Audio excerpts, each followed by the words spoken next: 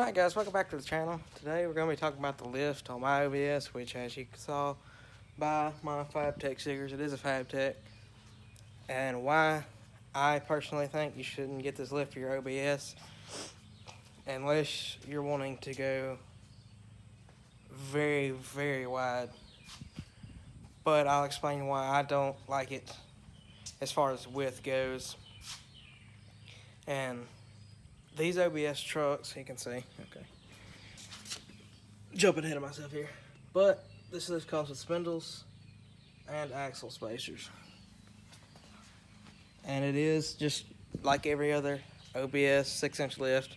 You can't get a true 6 inches unless you get the aftermarket 3-inch keys, which I haven't done because I really only wanted a 4-inch anyway. But I did not stick to my original plan of I was gonna buy a rough country and then get Bilstein shocks and just junk the rough country shocks, because I've heard some pretty bad horror stories about them. As you can see, I'm running this is a 22x9, positive 31 or 33. You can see how it sticks out right there. It sticks out about like a 10 wide if you would have a rough country lift kit. Granted, I know everything's dirty down here. I'm running a 1-inch spacer to compensate for positive offset of this, because if not, I wouldn't have any space before my wheel was rubbing this. So I wouldn't have any space, which I know is completely my fault. So that's why they stick out 1 inch further than they do. It would be the same with the back, but two, with it increasing the front track width, which I knew when I bought it. I'm not gonna sit there and lie and be like, oh my god, I got it, or else I would have sent it back. But I didn't know it would hit me this drastically. So as you can see, I'm running a 3-inch spacer in the back, and I'm not even aligned. You can see that front tire sticks out farther. It's hard to see on camera, but you guys can trust me, that front one sticks out further than this rear one does. Now it would be perfect if I didn't have to have the 1-inch spacer, if I was running offset. But again, running offset, if you take off that 1-inch spacer and you're running a 10 wide, it's going to look like a 12. And if you're on a 12, it's going to look like a 14. So if you want to put 14s on it because you like how big that lip is, you're stuck with basically the equivalent of a 16 wide, which I would never put on a truck, because I was going to go offset on this truck, but having it be so wide would just be an inconvenience for not enough good look. And by that time, I mean, you're running a 22x14 -6, your wheel is going to start like right there, barely inside the fender. And these trucks don't need spindle lifts. I'm pretty sure, rough country proved that, because and ProComp and every other brand. I don't know about FTS, which is what I should have got, but I didn't know about them before I bought this lift. Even rough country, ProComp, nobody does spindles, because on a 6-inch, or basically this truck sits at 4.5-inch lift without the 3-inch keys. Sorry, I lost my words there for a minute. But without the 3-inch keys, aftermarket keys, this truck only sits at about 4.5 inches, so you gotta have the aftermarket keys to crank it all the way up to 6.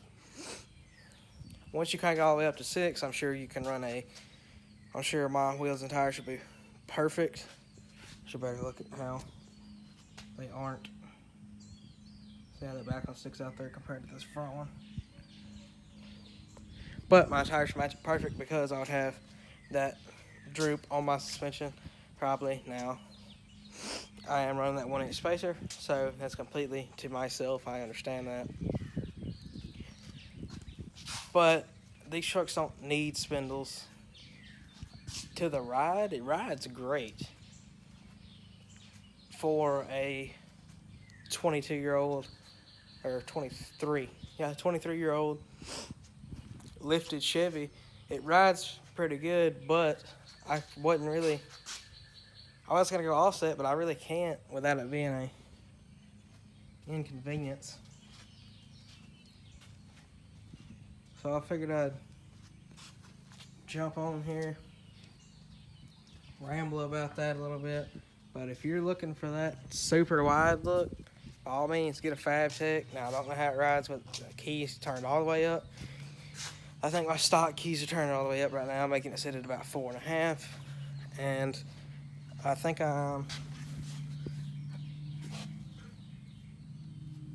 yeah, as you can see,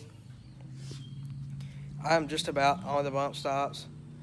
I hope this help y'all pick the lift out for your OBS. If I had to pick, I would probably go a Pro Comp 6-inch, but that's just me. I wouldn't want to deal with a rough country because I've heard that they're pretty raggedy, but that's not personal experience from me. I've never had OBS with rough country on it. So, sitting with a 22x9 positive 31 with a 1-inch spacer on this lift,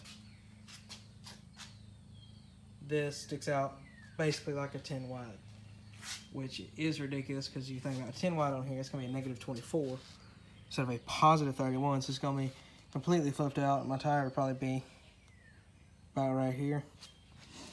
And then if you put 14s on it, this thing would just be so wide it would be unbearable. So if you do have an OBS and you're wanting to go wide, if you're wanting your wheels, your 14 wide stick out like 14 wide, stick to Pro Comp or Rough Country. I don't know about FTS, like I said before. I don't know if they do a spindle or the same brackets that Pro Comp and Rough Country use. But I really want to jump on here.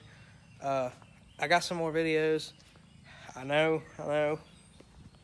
Haven't seen it in the comments yet, but still got to deal walking around the Duramax. Gonna actually film that right after this, most likely, and try and get a little storage built up. So, with that, guys, I hope y'all like this. Hope this was informative on why I personally do not like a FabTech on this truck only, because there's an LBC that has FabTech on it. That's great, but I hope this helped y'all pick y'all's lift kit and kind of think through your decision. So with that, leave a like, leave a comment, and I'm out of here.